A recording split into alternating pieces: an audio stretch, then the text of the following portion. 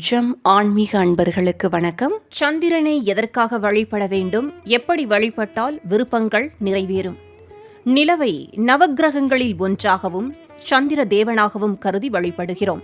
சமஸ்கிருதத்தில் சந்திரன் என்றால் பிரகாசமான ஒளி வீசக்கூடியவர் என்று பொருள். சந்திரனுக்கு சோமன் என்ற பெயரும் உண்டு. சந்திரனுக்குரிய கிழமை திங்கட்கிழமை என்று சொல்லப்படுவதால் அதை சோமவாரம் என்றும் குறிப்பிடுகிறோம். பிறையாக தேய்ந்த சந்திரனை சிவபெருமான் தனது முடியில் சூடியபடி காட்சியளிக்கிறார்.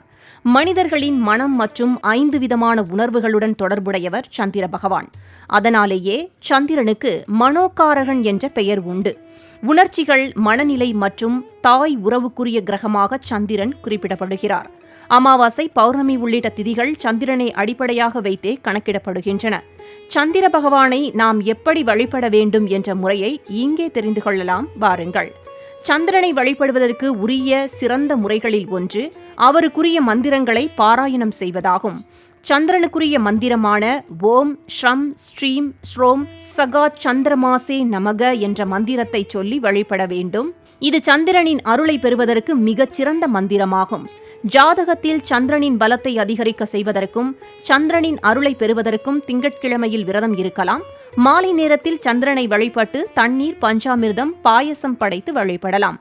தாயிடம் அன்பும் காட்டுவதும் சந்திர பகவானின் அருளை பெறுவதற்குரிய சிறப்பான வழியாகும். சந்திரன் தாய் உறவை குறிக்கும் கிரகமாகும்.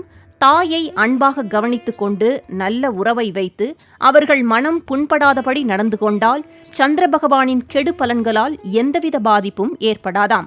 சந்திரனின் அருளை பெறுவதற்குரிய மற்றொரு சிறப்பான வழி மகாவிஷ்ணுவை வழிபடுவதாகும். சாஸ்திரங்களின்படி திருமாலை வழிபடுபவர்களுக்கு சந்திர பகவான் ஆரோக்கியத்தையும் செல்வ வளத்தையும் தருவார்.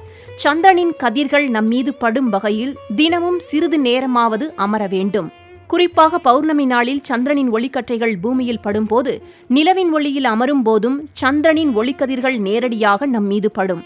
இது மிகவும் தெய்வீக சக்தி நிறைந்ததாகும். இது மன அமைதியை தரக்கூடியது. ஜாதகத்தில் சந்திரபலம் குறைந்து காணப்படுபவர்கள், சந்திரனின் கெட்ட திசையால் பாதிக்கப்பட்டிருப்பவர்கள் அதிலிருந்து விடுபட சோம்நாத் கோவிலுக்கு சென்று சிவலிங்கத்தை வழிபட வேண்டும். இவ்வாறு செய்வதால் சந்திரனின் கெடுபலன்கள் குறைவதுடன் அவர்களின் விருப்பங்கள் நிறைவேறவும் சந்திரன் அருள் செய்வார்.